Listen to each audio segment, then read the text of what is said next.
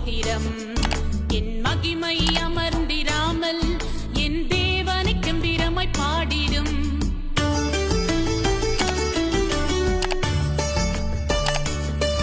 என் புலம்பலை ஆனந்த களிப்பாய் மாற பண்ணினே ஸ்தோத்திரம்.